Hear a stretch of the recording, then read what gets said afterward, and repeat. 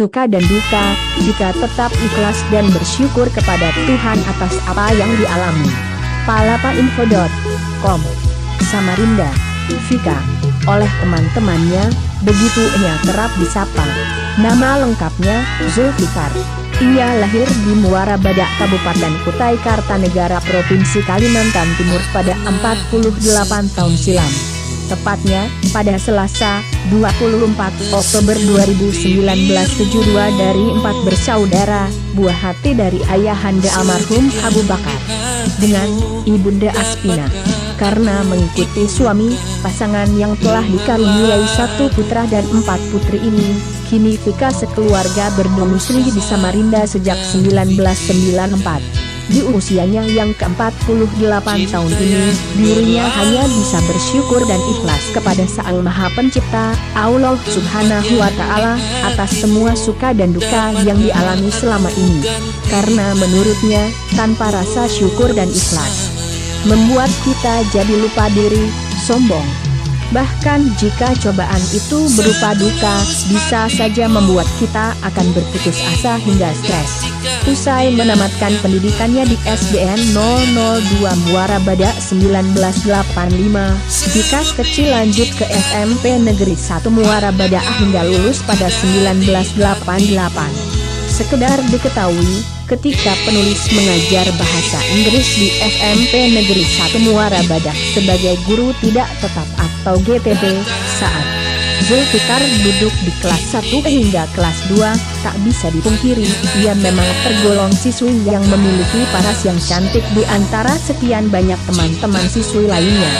Rupanya, di usianya yang hampir menginjak setengah abad ini, kecantikan Vika tak banyak mengalami perubahan. Tentu tidaklah sebanding antara usia dan parasnya sekarang. Tetapi dengan karunia Tuhan yang ia miliki ini, tak membuat dirinya berbangga, bahkan ia tidak pernah merasa kalau dirinya memiliki wajah yang cantik. Ah, Bapak bisa aja sih, saya tidak pernah merasakan seperti itu Pak.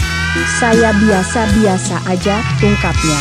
Menginjak usia remaja, Vika belia pun melanjutkan pendidikannya ke Maan 1 Samarinda hingga lulus pada 1991. Meski berstatus ibu rumah tangga, Vika pun tak tinggal diam.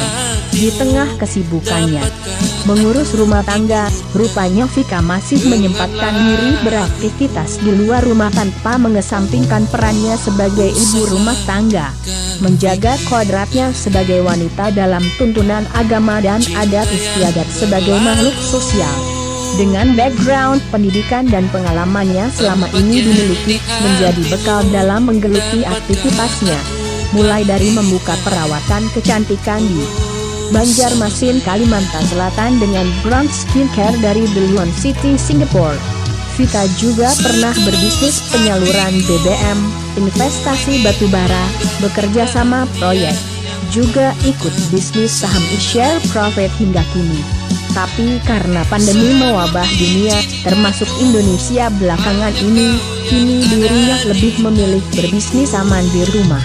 Dengan membuka toko Indulita atau dapur kuliner, memproduksi kue tradisional dengan produk andalan kue khas Bugis Sulawesi, yang lebih kerap dijuluki bol pecah alias bolu pecah untuk dijual.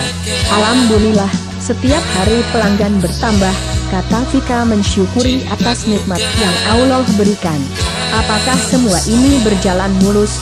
Tentu tidak, ujarnya. Tapi semua yang dialami baik suka maupun duka menjadi pelajaran berharga dalam menata diri, mengevaluasi.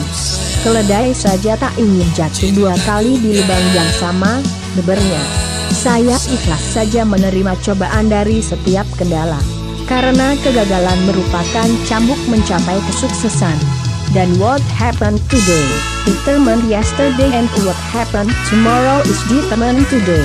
Apa yang terjadi hari ini ditentukan hari kemarin, dan apa yang terjadi di hari esok ditentukan hari ini, ujarnya memotivasi diri. Bagi Vika, selalu ada jalan untuk berkarya, tidak memandang usia. Karena satu orang tua yang berjiwa muda mampu mengubah dunia dibanding 1000 anak muda yang berjiwa lapuk.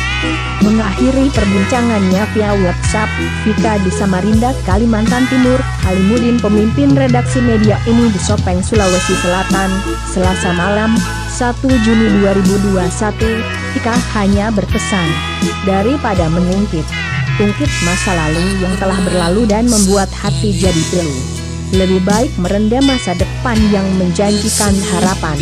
Karena kesempatan menjadi lebih baik hanya ada di hari esok. Maka janganlah membiarkan masa lalu menjadi lembaran hidup di masa datang, pesannya kepada pembaca atau pemirsa. Penulis Usaha kau pikirkan cinta yang berlalu.